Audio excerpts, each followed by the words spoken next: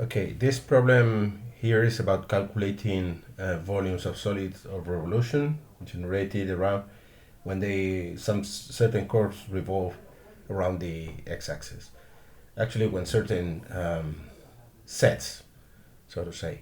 So, for instance, in this case here, what we have is the first one is this set is the from 0 to 2 pi. You have the 1 plus sine of x, which is a function that goes like this, right?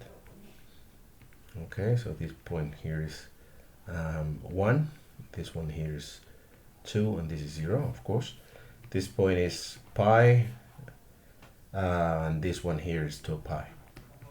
So this is 3 pi half, and this one here is pi half. Okay, so that's the function 1 plus the sine of x. And the region that generates this the solid of revolution is precisely the region that is marked here.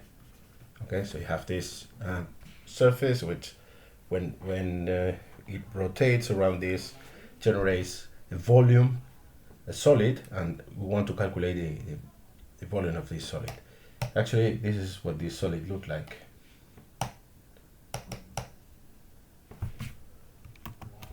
Just a moment.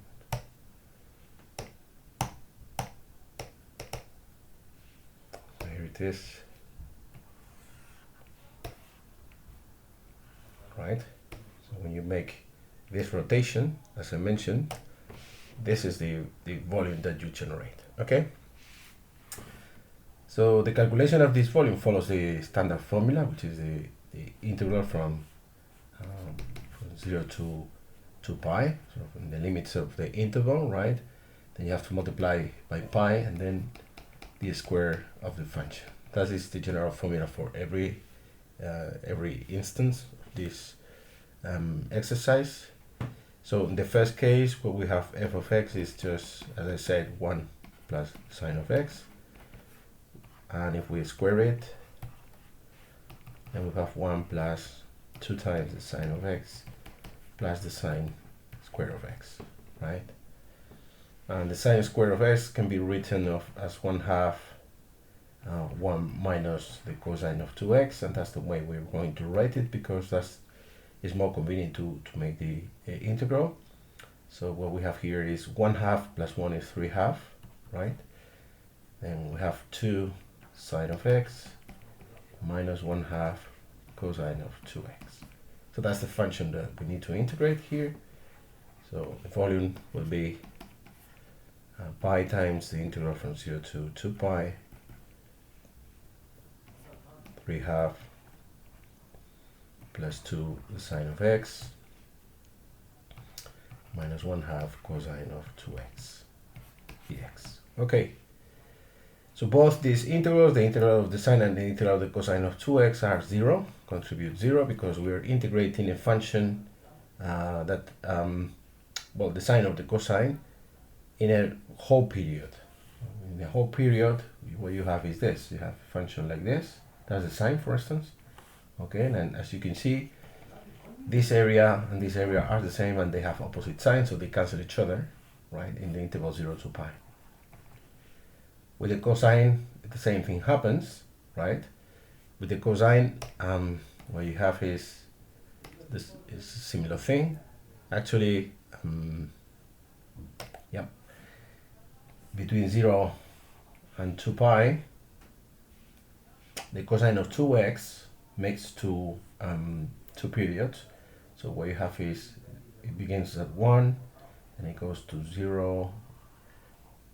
Here is when it reaches pi, and then it repeats again, like this. And as you can see, this area here compensates this area here, and this area here compensates this area and this area here. This is 2 pi, by the way, and this is, as I said, cosine of 2x. So again, this integral is equal to 0. So this integral is very easy. It's just 3/2 multiplied by 2 pi, which is 3 pi. So 3 pi squared is the area, is the volume of this figure. Okay, the next one is, we don't even have to integrate, it's just the region comprises between these two limits. So when x squared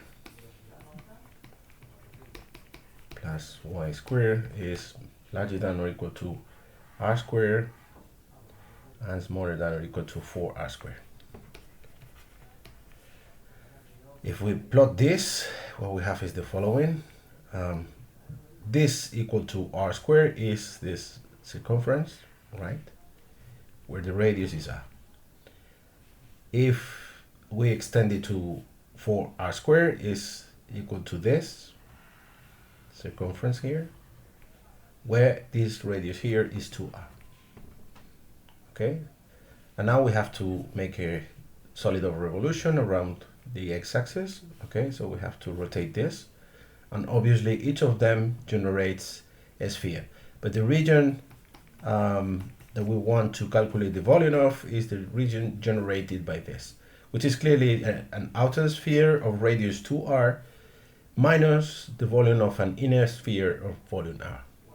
Well, we know the volume of a sphere. The volume of a sphere is 4/3 pi the radius cube.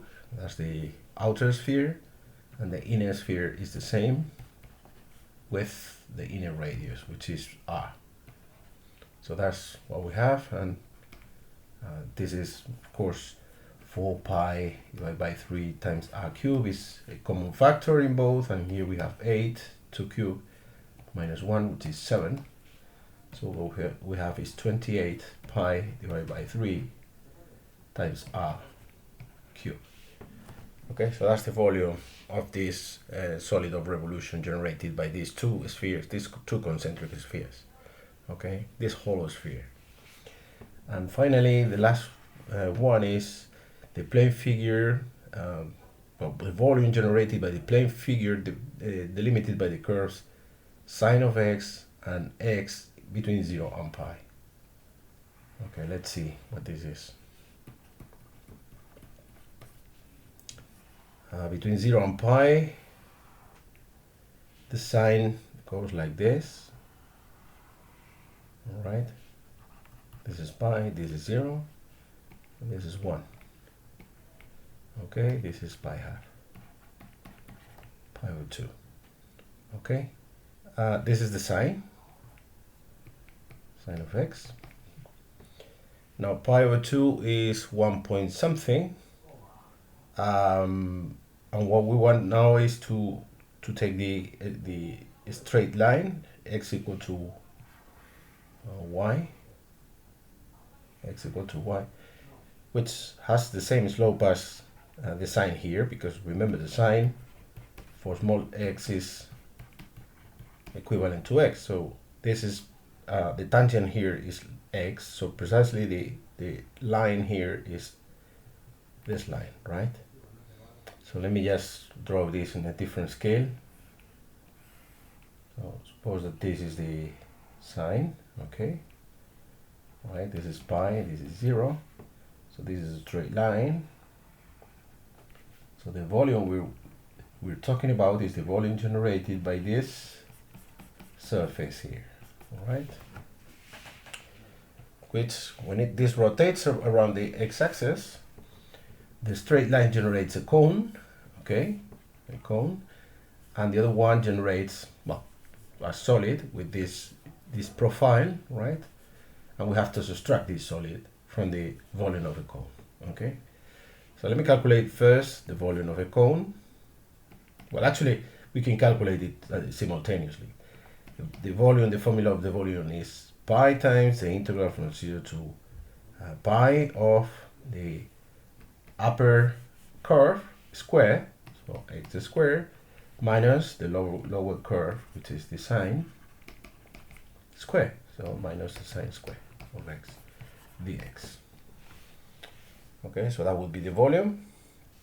All right, remember the sine square is equal to 1/2 1 minus cosine 2x, right? So what we have is pi, and then the primitive of x squared is x cubed divided by 3, Then we have the primitive of 1/2 minus 1/2, which is minus x divided by 2. And finally, we have the primitive of the cosine, 1/2 the cosine, which is 1/4 of the sine of 2x. And that has to be calculated between 0 and pi. All right? Well, actually, this last one, you have the sine is 0 for 0, and it's also 0 for pi, because you have the sine of 2 pi, which is 0. So this does not contribute.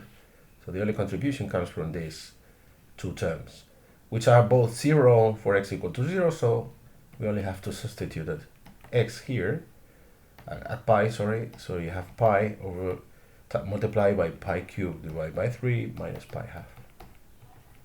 Okay, so that is the volume that we want to calculate, which is, of course, pi 4 over 3 minus pi squared over 2. All right?